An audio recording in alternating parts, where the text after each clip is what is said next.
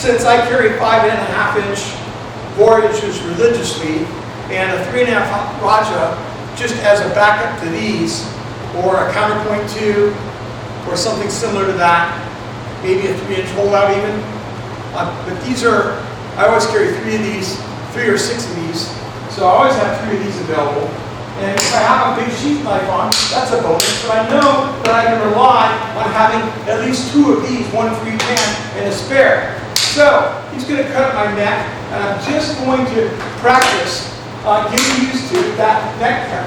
So, say it again, you touch me with the neck. So you get used to, you can't always be out here. It's like people punching you out of range all the time when you're drilling for stand-up. No. I want my partners to get their distance. When I'm training him, look, wait. To stand up, I'll get my jab, get my cross, and when I'm training him, I'll step into those distances because for me to punch out here gives him false security. Drop those. When Luke punches me, I want to be used to a real punch coming in. You know? There, he put a little English on the last one. I switched to his elbow because I felt so much power coming that I wanted to move it out of the way. What I should have done is hoop at it, but I didn't do it. I always instinctively try to preserve my training partners because if you beat them up too much or you're disrespectful, you won't have any. So I've said this in the past, I'll say it again. If you want to be good at fighting, you better respect and love all the people you're training with, because you're not going to get really good at training by yourself.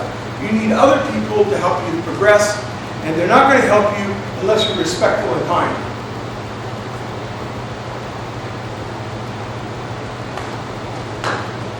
So sometimes, all I can do is block it, but I know, and I constantly tell myself, oh, I blocked that. I better come back with a cut, or it's going to return.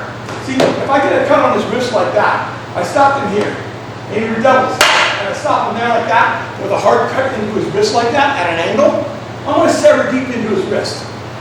There's a smaller likelihood that after I get this cut, I can return it again.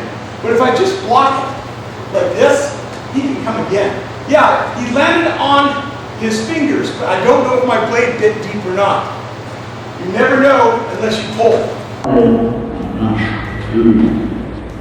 So, if I just block and I don't pull through, I don't know if I got a good cut.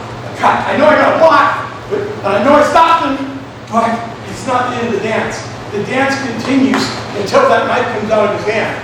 And that might be a while. Just because you cut somebody's hand doesn't mean he's going to drop his knife. I know that I try to trigger myself. When I get stabbed coming in and he hits my arm, I'm going to come again.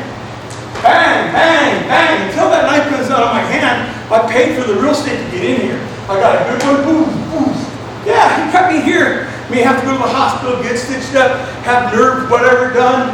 I may be effed, but I'll be alive. And he's well on his way to the boneyard if I land a stab into his soft body like that with a 5.5-inch Voyager. So get used to people cutting your neck. That you come up and you defend your neck without thinking about it. Luke will say, landing on the neck is hard to do to somebody that's used to it. It's a long ways in, and you have to raise that thing up high, and that raise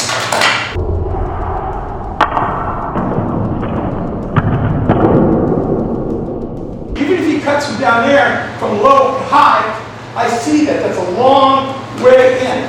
Even if he feints me low and I come up high, I still am used to picking that up.